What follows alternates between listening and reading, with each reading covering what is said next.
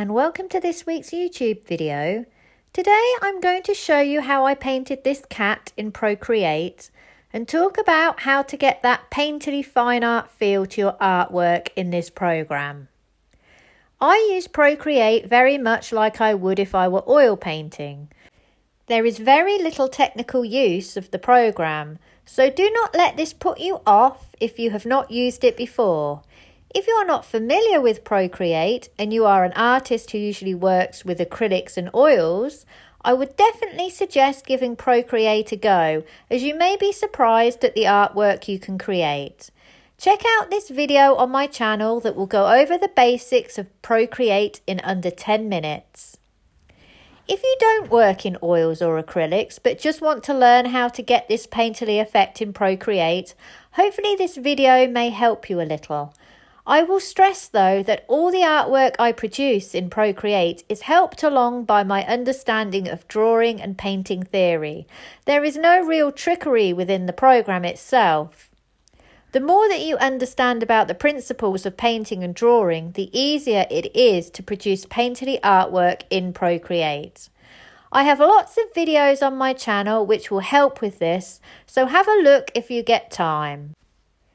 Before I start, I just wanted to break my colour choices down so you can understand why I picked the colours I did. If you look at the colour wheel, you will see I have pretty much stuck to this side. I have the cool temperatures of the blue-green, blue and blue-violet. This is a very harmonious choice of colour, as they are all next to each other, so I know that they will work together. For my warm temperatures, I have chosen yellow, green and orange. Notice orange and blue are complementary colours. They are opposite each other on the colour wheel. Complementary colours look amazing when you put them together. To recap then, I have chosen very harmonious colours in green, blue and purple, and I've also introduced a complementary colour in orange. Therefore, I already know before I start that my colour selection will be very harmonious on the eye. Let me show you the time-lapse video and I'll talk you through what I am doing as I go along. I start with the background, I then do a block in of the cat to figure out roughly the colours and temperatures I will use. I will then start to add detail to the cat. Once the cat is painted, I then attempt to try and integrate it into its background. That is the order of how I will work. Firstly, to get a painterly effect in Procreate, you really need to focus on your edges. This is imperative. Edges is one of the 5 essentials to a successful artwork. The others are drawing, value, colour and temperature. Hard edges will give a much less painterly feel than soft edges. This does not mean every edge needs to be soft, but you need to choose where you put more defined edges and where you put softer edges. So for example, here I have the majority of hard edges in my central point of focus, which is the area here. I am concentrating my detail in this area. You will see from the time-lapse video that a large proportion of my time is spent on this area in comparison to the rest of the cat. Your choice of brushes is important. The majority of brushes that I am using can be found in the painting section. I like these because they give me a soft edge. For the cat, I mainly use turpentine, old brush and Nico roll. I also have a brush that I imported from Photoshop called Oil Rich. It's one of Kyle T. Webster's. For the background, I use a soft brush in the airbrushing section, and I then pull the paint around with a turpentine brush. If you hold your finger on the screen, it automatically picks up the colour. I just did this at various intervals on the background colour and then used the turpentine brush to pull my colours together.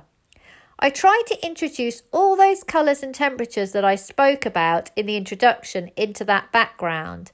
So I've used yellow-green, blue-green, purple and orange. I used the same palette in the cat, but just much darker values. So all my blacks are selected from either the blue, purple or orange colour picker. I've done a block in for the cat on a new layer. I'll then start adding the detail on a new layer as well. The way I work is by section. So here I have separate layers for the head, the body and the eyes. I'll do so much until I'm happy with it and then start another layer. I do this so that there is no way I can lose the artwork already done that I'm happy with.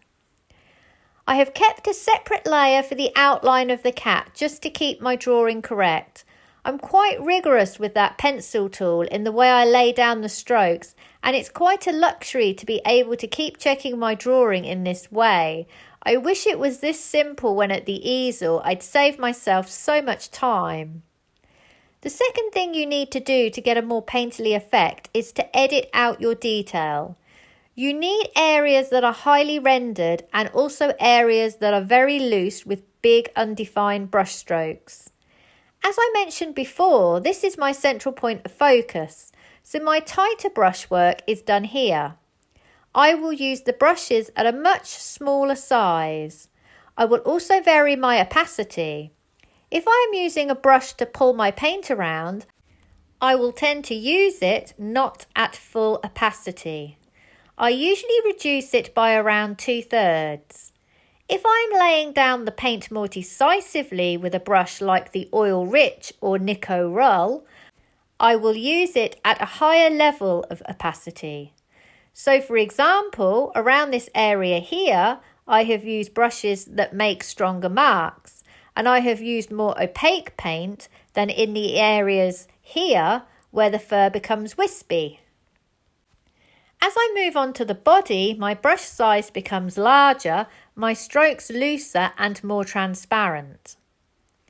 The third thing you need to do to get that painterly effect is to integrate your cat into that background.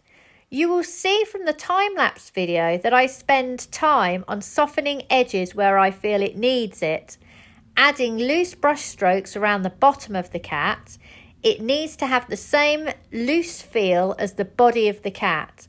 And finally, I need to add more colour into that background. Where I put the colour is based on composition. I am mirroring the orange at the bottom of the background with the orange on the cat's back. I am also placing a purple in the corner to give me a diagonal line of purple. I have placed the same light purple in the face to give me a horizontal line of purple. The choices of where I place my colour is based on balance. To get that painterly effect in Procreate, it is important to create harmony in your colour choices, balance in your composition, soften your edges where appropriate, and edit out your detail. Once I have a piece of work I am happy with, I print it out and it's ready for my online shop. If you want to see my printing process, have a look at either of these videos available on my channel. I hope you have found today's video useful. Please like and subscribe if you can, and check out my website sarahhallidayart.com, where you will find examples of my work and also details of online classes that I run. Thank you for watching and see you for the next one.